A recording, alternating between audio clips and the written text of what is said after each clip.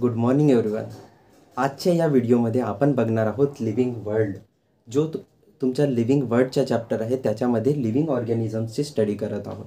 आणि Robert Whittaker हे एक सायंटिस्ट होते ज्यांनी 1969मध्ये आपण ऑर्गॅनिझम्सची स्टडी कशा प्रकारे बेटर वेने करू शकतो त्याच्यासाठी त्यांनी काय केले की जे सिमिलर कॅरेक्टरिस्टिक्स होते, जसा माणूस आहे, जसा एक कुत्रा आहे आणि ज्या प्रकारे एक मांजर आहे, तर यांच्यामध्ये काहीतरी सिमिलॅरिटीज आहे ॲज कम्पेअर टू जो मँगो ट्री आहे, ऑरेंज ट्री आहे आणि अदर वेल्स आहेत, जसे की तुमच्याकडे कारल्याची वेल आहे. यांच्यामध्ये काहीतरी डिफरंट सिमिलॅरिटीज आहेत. तर ज्यांच्यामध्ये सारखे गुण आहेत अशांना त्यांनी काय केलं, सेपरेट केल्या आणि त्यांचे किती ग्रुप पाडले, तर 5 ग्रुप पाडले. किती ग्रुप पाडले आहेत? 5 ग्रुप्स. ठीक आहे.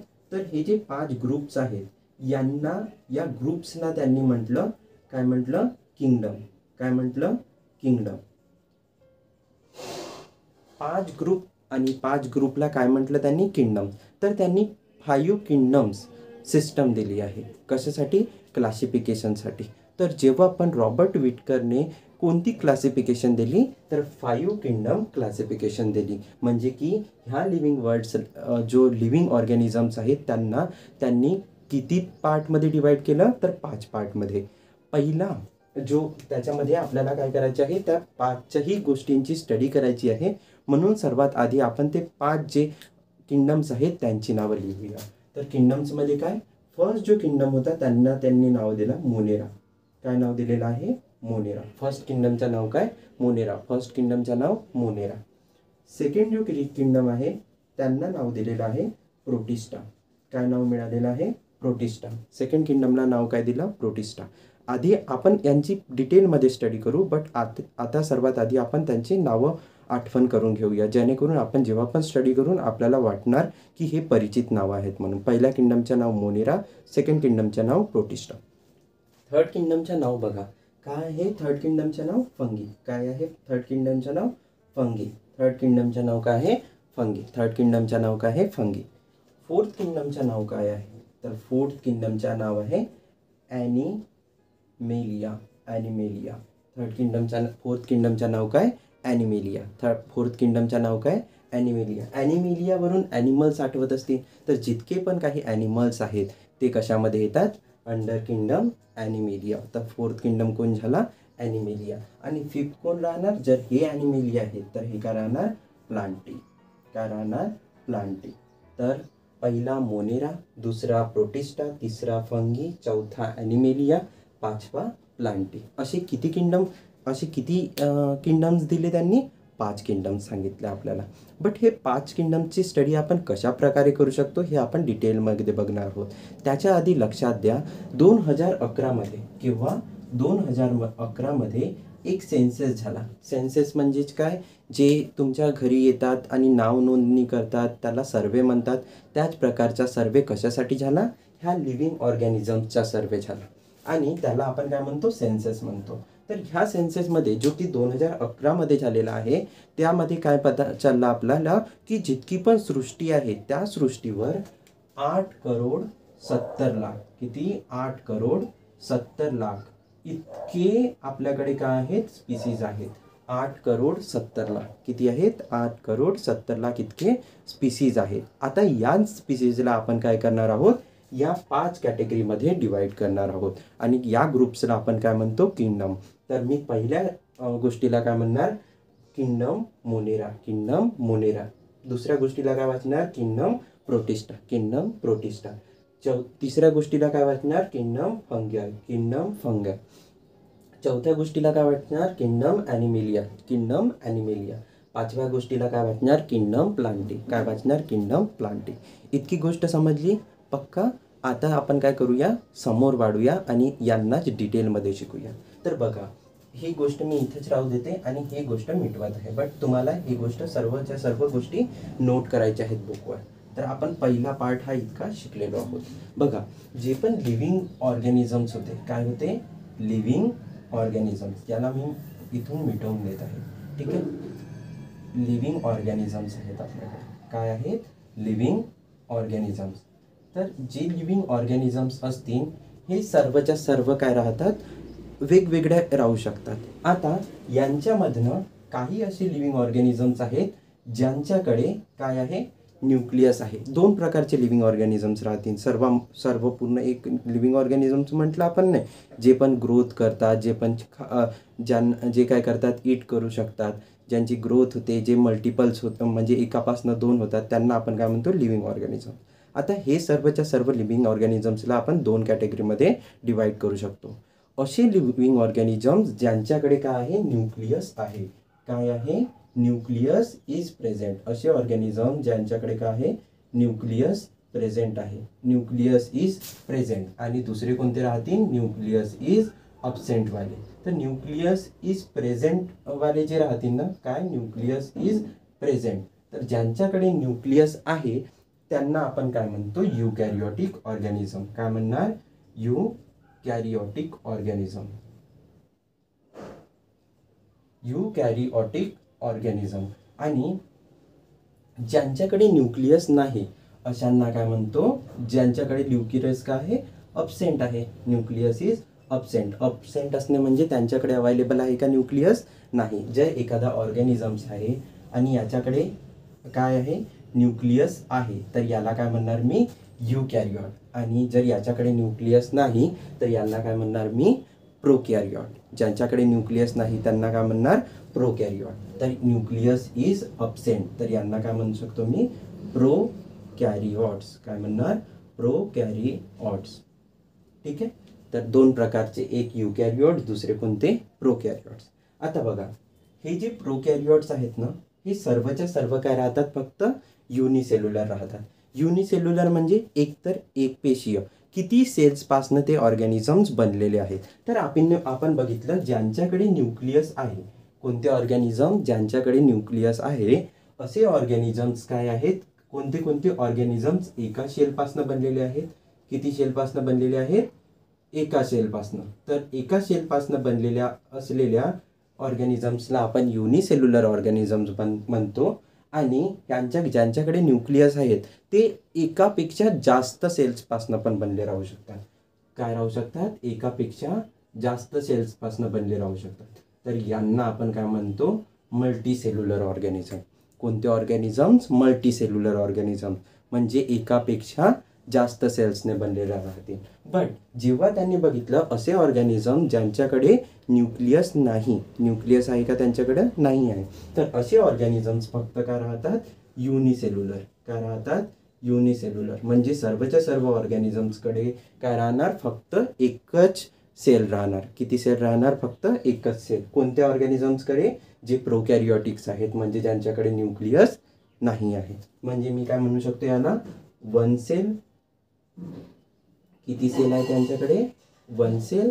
यांच्याकडे किती आहेत, फक्त एकच सेल आहे. आणि यांच्याकडे काय आहेत, more than one. More than one म्हणजे एकापेक्षा जास्त.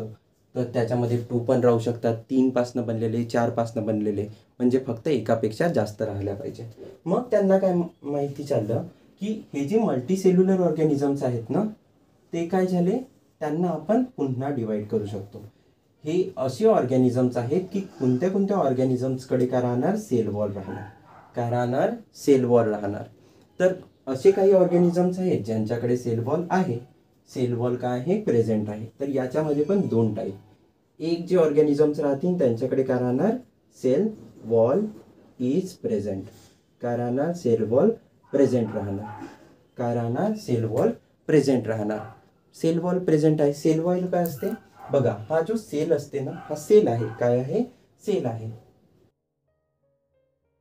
त्याला काय राहणार, सेल मेम्ब्रेन राहणार. बट सेल वॉल काय असते हे बघणार आहोत आपण.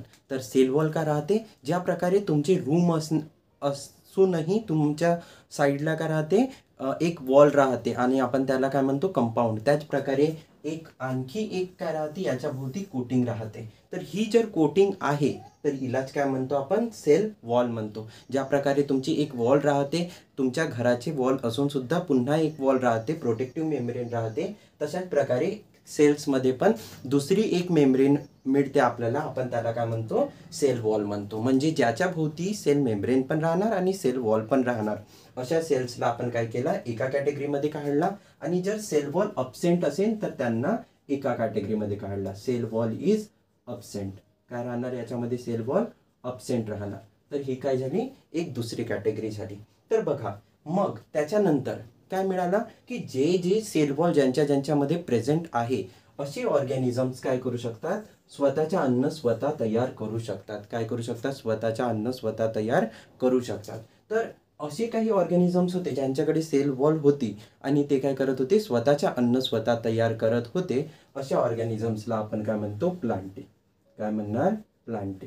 काय म्हणणार, प्लांटी. तर तुम्हाला दिसत असतील इतके सारे जे पण काही प्लांट्स आहेत ते काय करतात, स्वतःच्या अन्न स्वतः तयार करतात. आणि आपण काय आहोत, कंझ्युमर आहोत. तर आपण तो अन्न काय करतो, खातो. तर आपल्याला काय माहिती चाललं, ज्यांच्याकडे सेल वॉल आहे तर आणि ते स्वतःच्या अन्न स्वतः तयार करतात त्यांना आपण काय म्हटलं, प्लांटी. आता हे जे प्लांटी आहेत त्यांना आपण काय म्हणतो, ऑटोट्रॉफ्स. ऑटो म्हणजे स्वतः.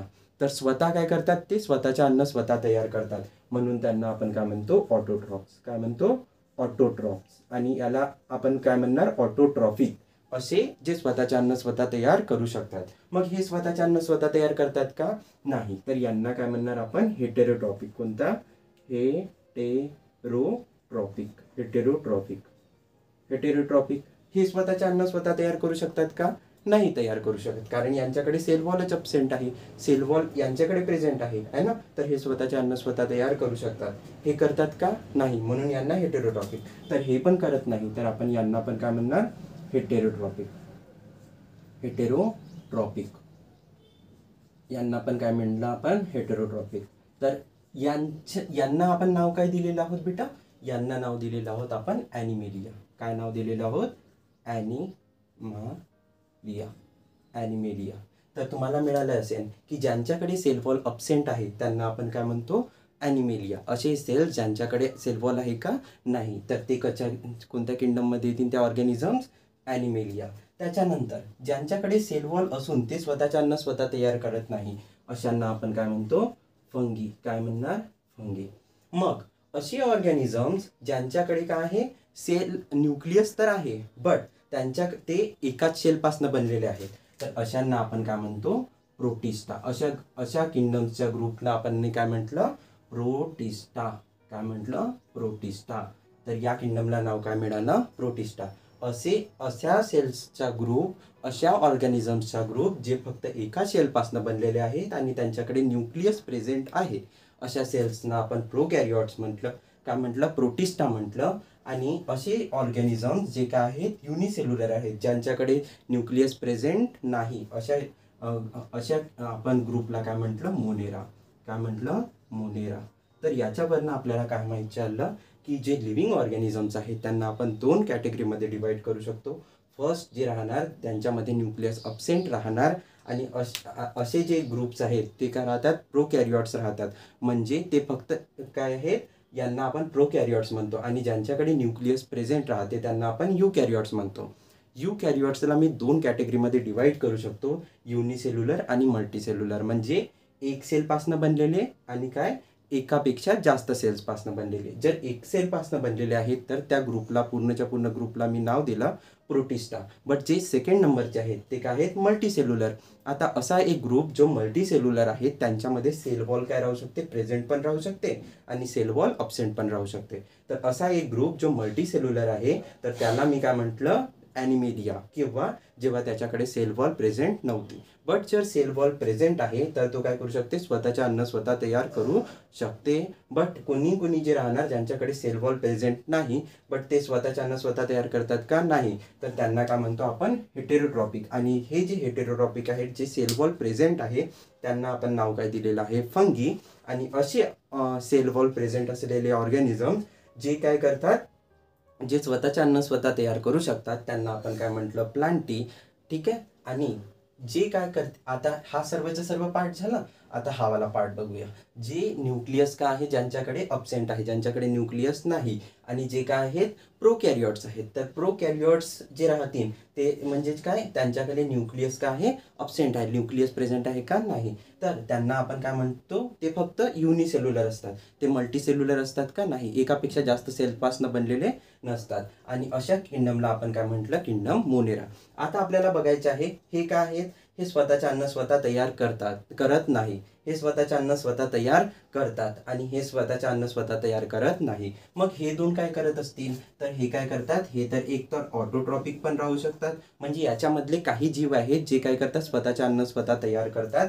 आणि काही जीव असे पण आहेत जे काय करतात, स्वतःचे अन्न हेटेरोट्रॉपिक. ठीक आहे. तर स्वतःचे अन्न स्वतः तयार करत नाही, म्हणजे याच्यामध्ये दोन्ही असू शकतात, जे स्वतःचे अन्न स्वतः तयार करतात आणि कोणी कोणी असे जे स्वतःचे अन्न स्वतः तयार करत नाही. तर जेव्हा पण याचा मोड ऑफ न्यूट्रिशन विचारणार तर तुम्हाला हाच लिहायला लागेल की ऑटोट्रॉपिक आहेत की हेटेरोट्रॉपिक आहेत. तर काय, हे दोन ग्रुप जे आहेत ते काय आहेत, ऑटोट्रॉपिक पण आहेत आणि हेटेरोट्रॉपिक पण आहेत. हेटेरोट्रॉपिक. ठीक आहे. तर हे हेटेरोट्रॉपिक पण आहेत आणि ऑटोट्रॉपिक पण आहेत. बट हे जे तीन किंगडम आहेत ते काय, त्यांच्यामधनं दोन जे आहेत ते हेटेरोट्रॉपिक आहेत आणि फक्त प्लांट असे आहेत जे सिंगली काय आहेत, ऑटोट्रॉपिक आहेत. इतकी गोष्ट समजली असेल आणि इतकं सर्व काही पार्ट जो आहे तो पहिल्या चॅप्टरमध्ये येते आणि याचे दोन दोन एक्झाम्पल आपल्याला लिहायला लागतात. तर आपण ॲनिमल्सचे दोन एक्झाम्पल लिहू शकतो, like a dog and cat. Dog आणि कॅट काय आहेत, ॲनिमलचे एक्झाम्पल आहेत. देन प्लांटचे काय, मँगो ट्री, बनियान ट्री, हे सर्व कशाचे एक्झाम्पल झाले, प्लांटचे एक्झाम्पल झाले. फंगीमध्ये काय येतात आणि मोनेरामध्ये काय येतात, प्रोटिस्टामध्ये काय येतात ते बघायचे आहे. तर मोनेरामध्ये आपल्याला दोन मिळतात, एक तर मिळतात बॅक्टेरिया, काय मिळतील, बॅक्टेरिया. आणि प्रोटिस्टामध्ये काय मिळतील, अमेबा, पॅरामोशियम, हे सर्व कशामध्ये येतील, अमेबा, पॅरामोशियम, हे सर्व कशामध्ये येतील, प्रोटिस्टामध्ये येतील. ठीक आहे. तर हे सर्व गोष्टी जे आहेत ते तुम्हाला लक्षात ठेवायचे आहेत, यांचे एक्झाम्पल लक्षात ठेवायचे आहेत, यांचे कॅरेक्टरिस्टिक्स लक्षात ठेवायचे आहेत. जर अशा प्रकारे तुम्ही सर्वच्या सर्व चार्ट बनवून बघू शकता तर याचा अर्थ सर्वच्या सर्व गोष्टी तुम्हाला समजलेल्या आहेत. आता तुम्हाला काय करायचं आहे, हा चार्ट स्वतः लिहून पाहायचा आहे, दोनदा, तीनदा, चारदा. पहिले हे दोन कॅटेगरीमध्ये डिवाईड करा, प्रोकॅरियोट्स आणि युकॅरियोट्स. त्याच्यानंतर काय, जे प्रोकॅरियोट्स आहेत ते फक्त युनिसेल्युलर लिहा. त्याच्यानंतर हे दोन युनिसेल्युलर आणि मल्टीसेल्युलर दाखवा.